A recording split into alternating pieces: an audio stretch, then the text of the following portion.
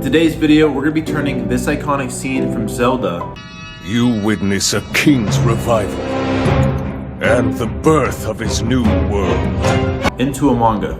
We're going to be doing it here on the Leader comic book paper. We got ruler A, type B4. This is always my go-to, and this we're going to be drawing this iconic scene on. So this is what we're working with. We have Ganon pulling out the sword. This is really exciting, guys. A lot of these commissions aren't that fun to do. I do a lot of these commissions because I need money, but the great thing about working with my buddy Josh here, Josh always hooks me up with a really, really cool idea. I usually do a lot of my text bubbles with the nib, but today I decided we're using the 0.5 micron, and that's just because I found it to be a little bit more efficient.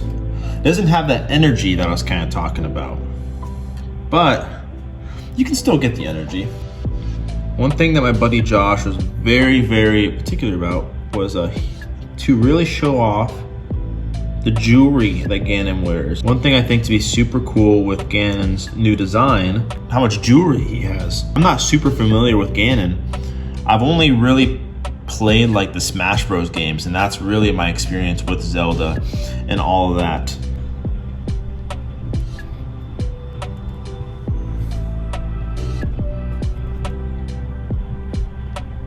You know, today I actually just binge watched Kung Fu Panda 1 and Kung Fu Panda 2. And my eyes, they be getting teary-eyed when I watch those movies. Those are like really amazing movies. Like the way they display their themes, it's so good. Like it really actually gave me a lot of inspiration for my own story and how they kind of tackle that stuff.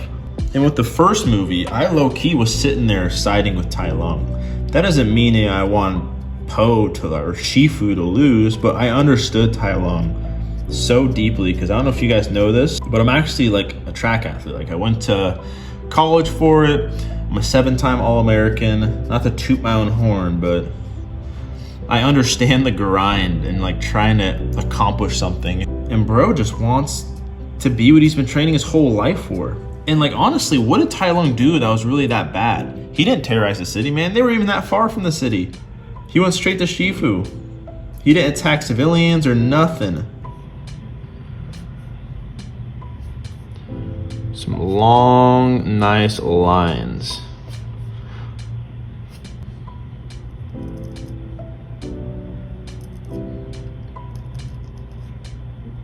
Now we're touching that beard because it's gonna make it easier for me to figure out where the black part of this shoulder is gonna come in.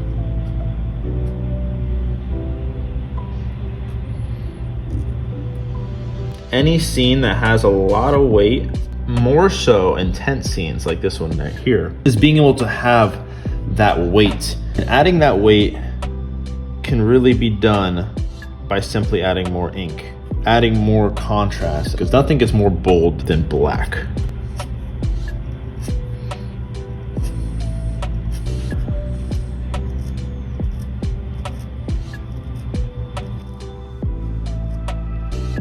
See how we have those lines kind of wrapping around the trap muscle?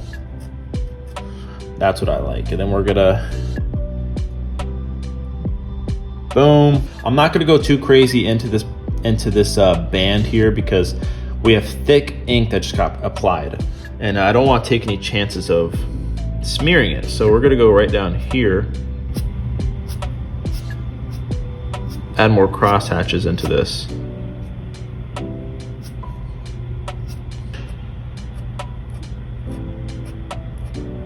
Pull out the Sharpie.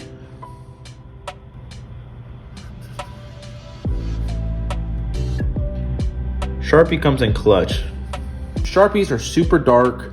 They will not pull up at all from the page when you erase it. They don't smear, and I know a lot of Western comic book artists use it.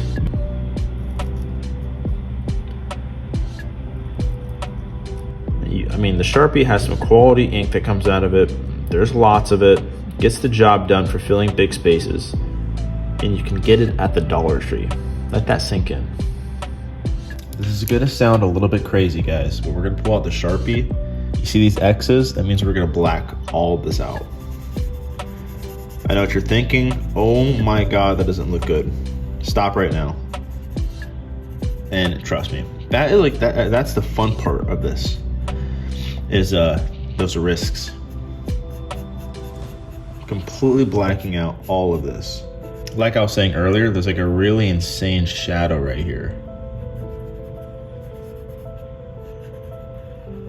So insane that it does just blacks everything out.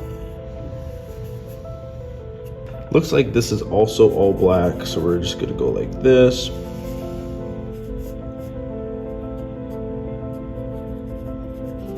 And we're gonna curve these lines around that jawbone, or that cheekbone.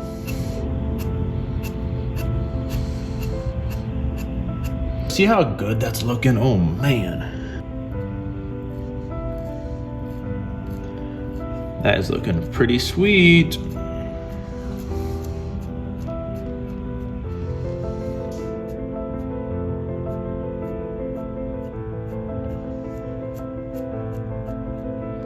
And we're gonna bring it into the nose. Look how sweet that looks.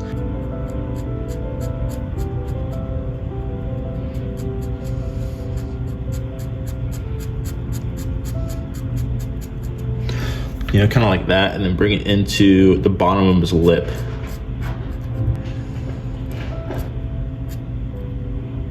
We're gonna be very cautious to not go over those lines again though, because I actually think those really thin lines are pretty neat. And I don't want to F it up.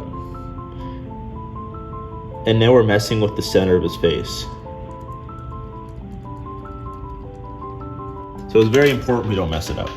I think having those neat lines when it comes to his mouth area is definitely more important than what we see over here, because this is just gonna be such a dark area. Bring these lines in to his nose and his kind of eye crease.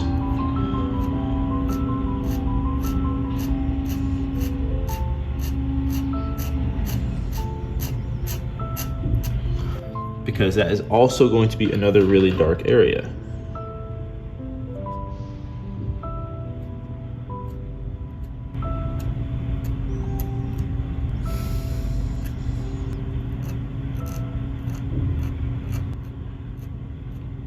We're gonna just keep bringing it in until it gets really, really dark. We're gonna pull back out the Sharpie.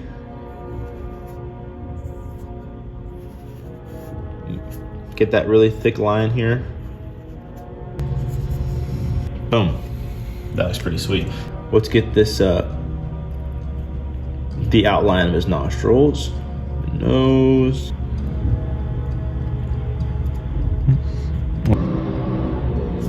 This is also going to be kind of tricky because now we're having to do these really, really long, fine strokes that run alongside the nose.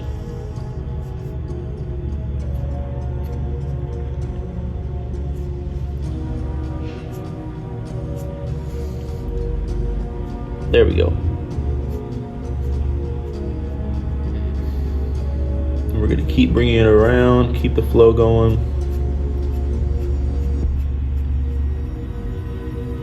There we go. That's looking really epic. Over here, you won't see as much hatching. Still going to be a lot of line art going on. You know, a lot of line work to be done, but it's not going to be as crazy what we've seen because now we're on the side of the face, the light touches.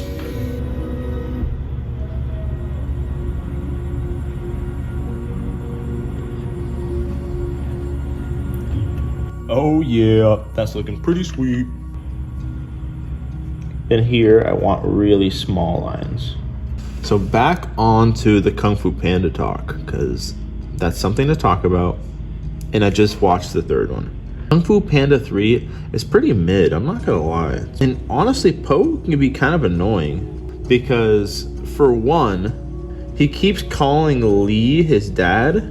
And I'm like, okay, first off, buddy, Mr. Ping is your dad. Put some respect on Mr. Ping. Also, another big news, by the way, for the people watching this, I just pitched my manga Land Past the Sea to Viz. So fingers crossed though, guys. If I get picked up by Viz and like my store and I become a Viz original, I can be a full-time manga. I can do what I'm doing right now all the time. And how epic would that be? I think for this background, I've got some really cool line art going on, bringing some energy away from the page, but also bring it towards the center, which is him. And we have this extra area here. And I could just pull out like a Sharpie or something to kind of, you know, fill that gap, but we're gonna try something a little bit different today. So I bought these paintbrushes not long ago, and we're actually gonna dip my paintbrush into this ink, and we're just gonna see how well this looks.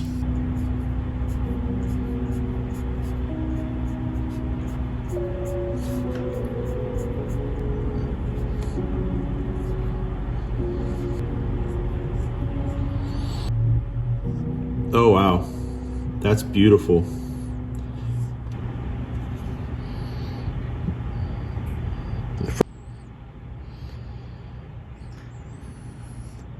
One thing that I think was a very much a style indicator with my art is I definitely like to give people these really intense eyelashes.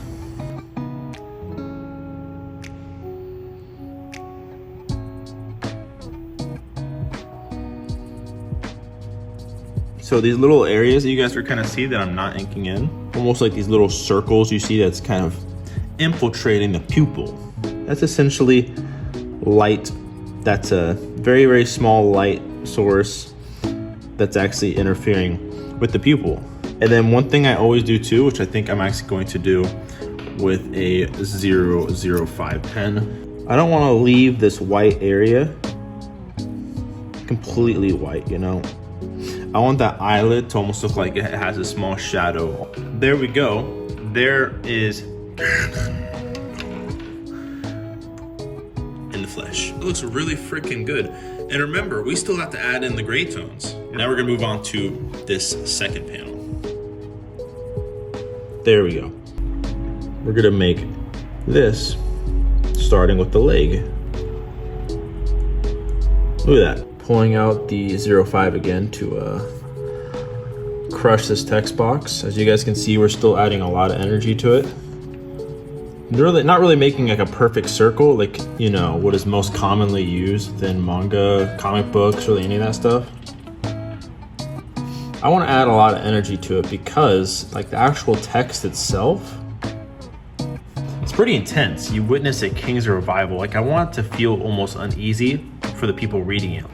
Pulling out the Sharpie again. When you guys watch these cuts within the video, you guys are probably just seeing me finish a lot of this drawing kind of off screen. And I'm gonna be completely transparent.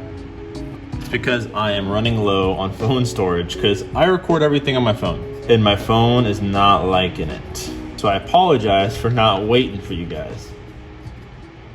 All right, intermission, moment of apologies. I stopped recording for a while and I pretty much finished everything. I did say we're doing big jump cuts. We're doing big jump cuts. My phone does not have much storage. So that being said, I pretty much finished this entire page. I did the background, a lot of stuff. I'm sorry you guys couldn't see me do it, but man, oh man, does this look good. I even added some gray tones. Yeah, I did a lot without you guys. I am sorry, but we are going to add the text. That's the kind of, oh, that looks really cool.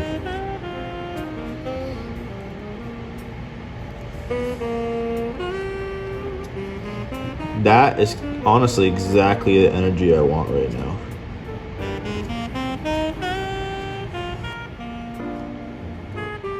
See, that is like really giving like villain vibes, you know? Ooh, man, that looks actually really sweet. As you guys can hear, I'm obviously really happy with how this is coming out. Oh yeah.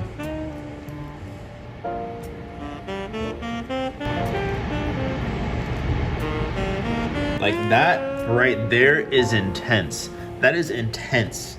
Super hyped with how it came out. Now we have to do this one. Let's get into it.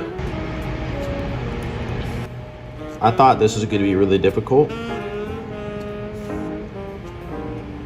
but I'm loving it.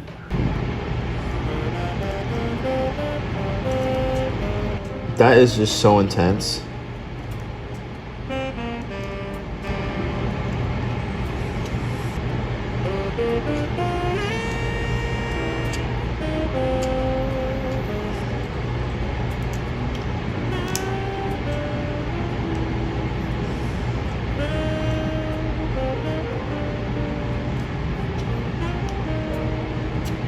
Because we have the room, we're really going to do something crazy with that R there, as you guys can see.